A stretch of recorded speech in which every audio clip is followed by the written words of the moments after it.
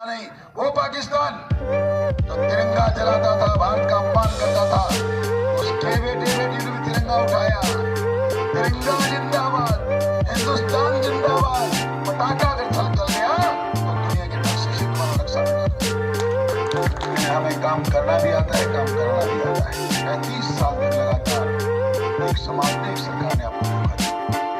मुझ पर कर्जा है, इसमें कोई दो राय नहीं।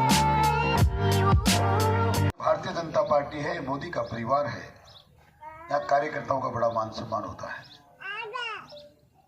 यही कारण है कि एक छोटा सा किसान का गरीब बेटा आपके सामने 2 बार विधानसभा के चुनाव हारने के बाद भी आपके बीच खड़ा है।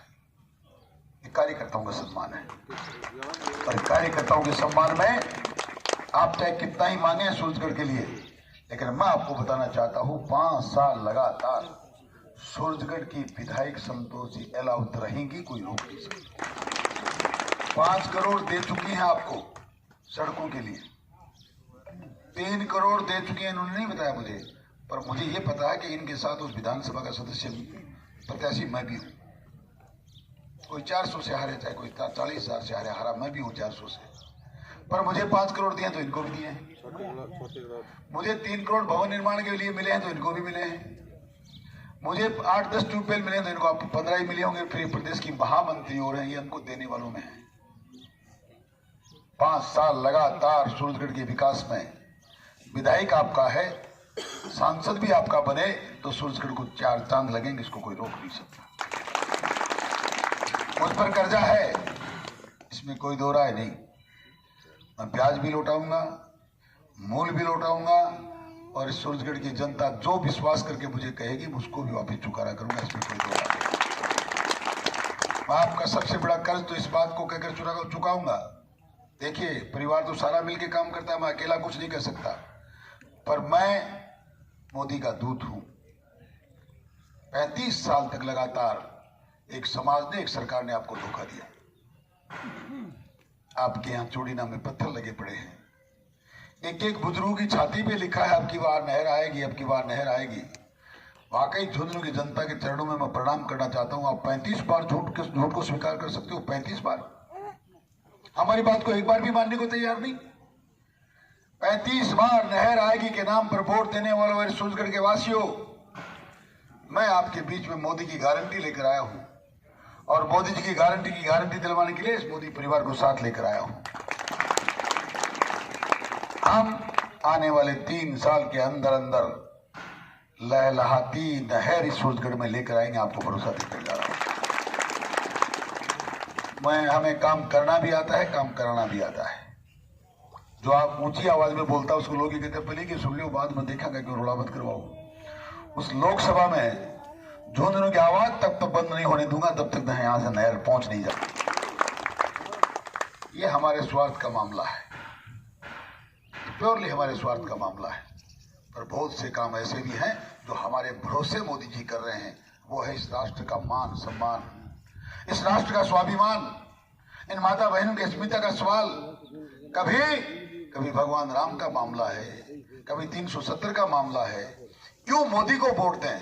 मैं उस मोदी के, भारत के लिए वोट मांगने आया हूं, भारत के मोदी के लिए वोट मांगने आया हूं, जिसने दुनिया की बहुत बड़ी लड़ाई जो आज तक अनवरत जारी है, रूस और यूक्रेन के युद्ध में, आपके और हमारे बेटे बेटियां जब वहां इस बात से चिंतित थे, जिएंगे या मरेंगे कुछ पता नहीं, माताओं ने कहा, पिताओं ने कहा, परिवार ने कहा, मोदी जी हमारे बच्चों का क्या होगा? रशिया और यूक्रेन की लड़ाई में अमेरिका ने हाथ ऊपर कर दिए, चाइना ने हाथ ऊपर कर दिए, वो महाशक्तियां डर गई। कौन लड़े रहे रूस से, यूक्रेन से? उस वक्त जिस मोदी के लिए वोट मांगने उस मोदी ने कहा, रूस के राष्ट्रपति और यूक्रेन के प्रधानमंत्री कान खोल के सुन लो, 48 घंटे युद्ध बंद करना पड़ेगा। भारत के जिस बेटे बेटी के हाथ में तिरंगा है, वो जिस बस में चल रहा है उसके 100 मीटर आगे और 100 मीटर पीछे 48 घंटा लगेगा मुझे उनको निकालने में। 48 घंटे में गोली बारूद बहुत दूर की बात है। पटाखा अगर चल गया तो दुनिया के नक्शे से तुम्हारा नक्शा मिटा दूंगा। आए सुरक्षित, लाए सुरक्षित, और जुआई की सी सेवा करता करता ले आए पूरा रूस और यूक्रेन सीमाओं तक छोड़ के गए, फौजें साथ चली। पूरी दुनिया का क्या हुआ? पूरी दुनिया का क्या हुआ सुनो। सारी दुनिया के बच्चों ने सोचा देश वालों से कुछ होना नहीं। वो पाकिस्तान तो तिरंगा जलाता था, भारत का अपमान करता था, उसके बेटे बेटी ने भी तिरंगा उठाया। तिरंगा जिंदाबाद, हिंदुस्तान जिंदाबाद, मोदी जिंदाबाद, मोदी जिंदाबाद का नारा लगा के अपने घर पहुंचे, वरना वहीं रह जाते। पाकिस्तान में आके कहने लगे काश हमारा भी कोई प्रधानमंत्री मोदी होता, काश हम भी हिंदुस्तान में जन्मे होते। मैं उस मोदी के लिए वोट मांगने आया हूं। मैं कोई प्रत्याशी नहीं हूं, मैं तो एक गरीब किसान का बेटा हूं। प्रत्याशी तब होता जब मेरे सामने वाला जो खड़ा है उसके बराबर होता। कैसे उसके बराबर हो सकता हूं? वो एक राजा का बेटा है। 1957 से लगातार राजस्थान दिनों के किसानों पर, इस जोनों की जनता पर राज कर रहा है और आज तक करता आ रहा है।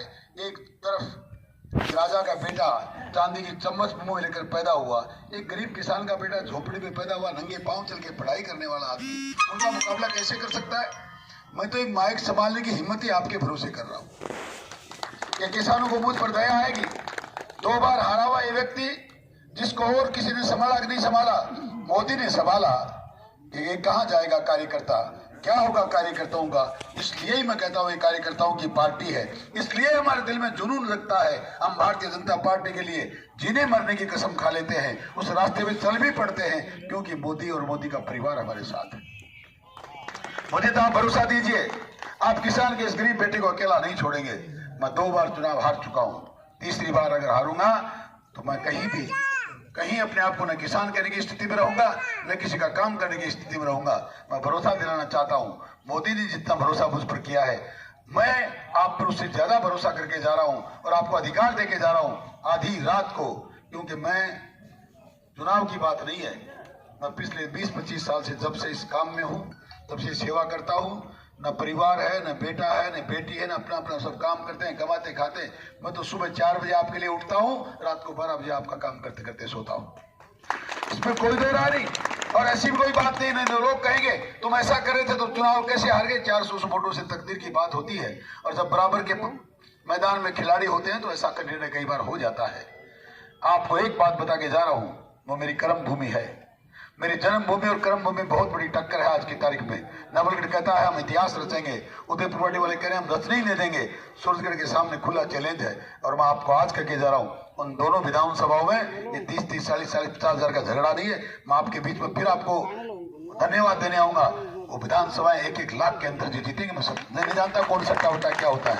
मैं ये भी नहीं जानता कि लोग क्या करते हैं। मैंने आपसे पहले ही कहा है, ये राजाओं की लड़ाई है, उनको राज करना आता है, उनको सट्टे चलाने आते हैं। मुझे कुछ नहीं आता, मुझे जनता की सेवा करनी आती है। मैं तो आपके चरणों में बैठकर आपकी सेवा कर सकता हूँ और आपको विश्वास दिला सकता हूँ। वो दोनों विधानसभाएं ऐसा इतिहास रचेंगी, वो कहेंगे हमारे मुंह पे दाग लगा है 400 वोट का।